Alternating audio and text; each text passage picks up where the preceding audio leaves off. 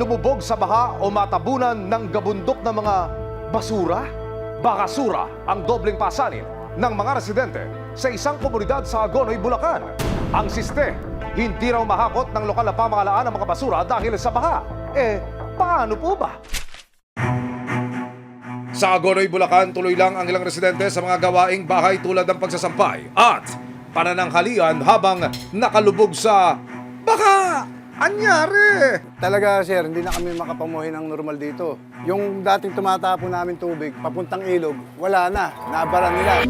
Sa katunayan, mayroon namang ipinagawang dike sa lugar noong 2023 para maiwasan ang matinding pagbaha, pero pagtataka ni Andy, bakit parang hindi na raw humuhupa ang baha? O yung high tide talaga dumarating, pero mabilis ding nawawala. Ngayon ang nangyari, dumarating siya, napipigil pa, tumatagal pa yung pagkatin niya. Hindi ko maiwan yung bahay. Kasi nga, gawa ng tubig. Hindi na ako ng paghanap buhay kasi yung bahay, binabantayan ko rin. Ayon sa kanya, dahil araw-araw nakalubog sa baha, namamanas at kulukulubot na ang kanyang mga paa. Kaya gustuhin man niyang magsuot ng bota, hindi na raw niya ito magawa. Kasi pagka sinuot yun, magka-irritation naman ang mangyayari sa akin dahil marumi yung tubig. At ang nagpabigat pa sa kanilang alalahanin, ang sangkatutak na basura sa katabing lote. Ang kanilang newfound neighbors, mga uod, langaw at mga daga na happy sa dami ng basura.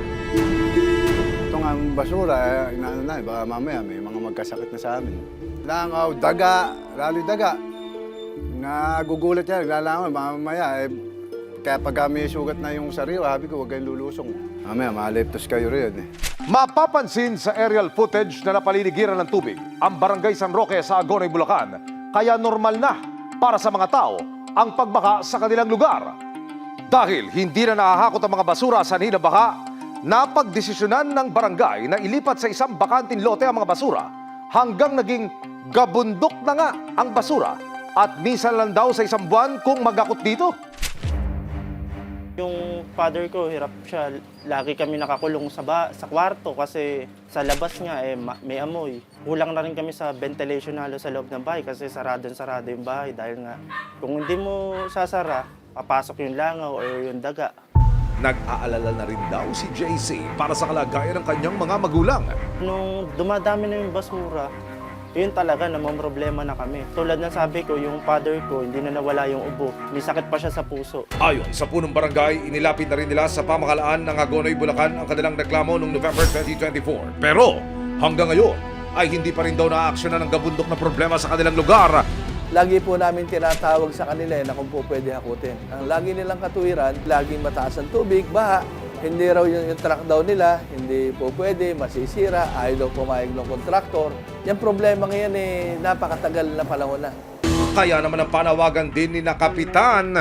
Paano na ba kami? Iwanan na lang ba ninyo kami ganito? Magtitiis na lang ba kami na yung basura namin, bahala na kami? Alam naman nila yung responsibilidad nila. Nakapanayam ng resibo ang Bulacan DPWH First District Engineering Office na tumutok sa pagpapagawa ng dike. Bahagi ito ng isang flood control project na nagkakahalaga ng mahigit 190 million pesos. Natapos ang mga proyekto noong 2023 at 2024. Ayon sa kanila, ginawa ang flood control project para hindi umakyat ang tubig sa mga bahay na malapit sa ilog. Itong project na ito na aming kinundak, ang proyektong pong ito ay kung makikita nyo, ang bayan ng Hagonoy ay isa sa mga lumulubog na lugar. Kaya aming minarapat na lagyan ito ng mga dike o flood control project na sinasabi. Sa pag-inspeksyon ng ilang engineers ng DPWH kasama ang resibo, nakita ang rason kung bakit hirap bumaba ang tubig. Ang ilan daw kasing drainage sa lugar, barado.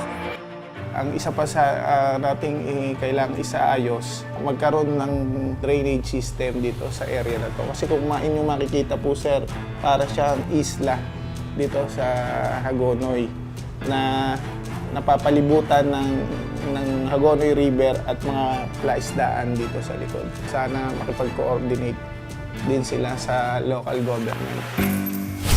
June 4, 2025, pinuntahan ng resibo ang lokal na pamahalaan ng Agonoy, Bulacan, pero bigo kaming makakuha ng anumang tugon mula sa kanila tungkol sa problema sa basura at maradong drainage. June 5, 2025, inilapit na ng resibo ang patong-patong na problema ng mga residente ng San Roque sa Kapitolyo ng Bulacan. Agad po akong nagtawag, nakipag-ugnayan sa Menro ng Hagunoy. At sinabi ko po na merong issue dyan sa barangay, may problema at merong nag-complain sa aming tanggapan. Sa lalong madaling panahon ay ito po ay mahakot na. Umaga ng June 6, dumating na ang truck sa barangay para simulan ang pag-aakot ng basura. Pagka nga po may dumadating diyang truck ng basura, tuwan-tuwa na kami. Sana ituloy-tuloy na. Naku, laking pasasalamat po namin kasi makakapamuhay na kami ng normal. Nagpapasalamat din po ako sa team ng resibo. Nagawan niyo po ng agarang tulong. Siniguro ng lokal na pamahalaan na magiging regular na ang pag-aakot ng basura sa lugar. Ang sabi po ay nangako po ang aking kasangguning Menro, magkakaroon po sila ng paghahakot ng basura at titiyakin po nila na yung basura po na naipon na yan ay mauubos po. Patuloy pa rin ang resibo sa paghingi ng pahayag mula sa lokal na pamahalaan ng Hagonoy tungkol sa kanilang plano para sa mga baradong drainage sa lugar. Pero wala pa rin silang tugon hanggang ngayon. Karapatan ng bawat tao ang magkaroon ng malinis at ligtas na tirahan dahil kalusugan na ng mga mamamayan ang nakataya. Tututukan ng resibo ang mga pangakong binitawan, mga pangakong sana'y hindi isinulat sa tubig o matabunan kalaunan.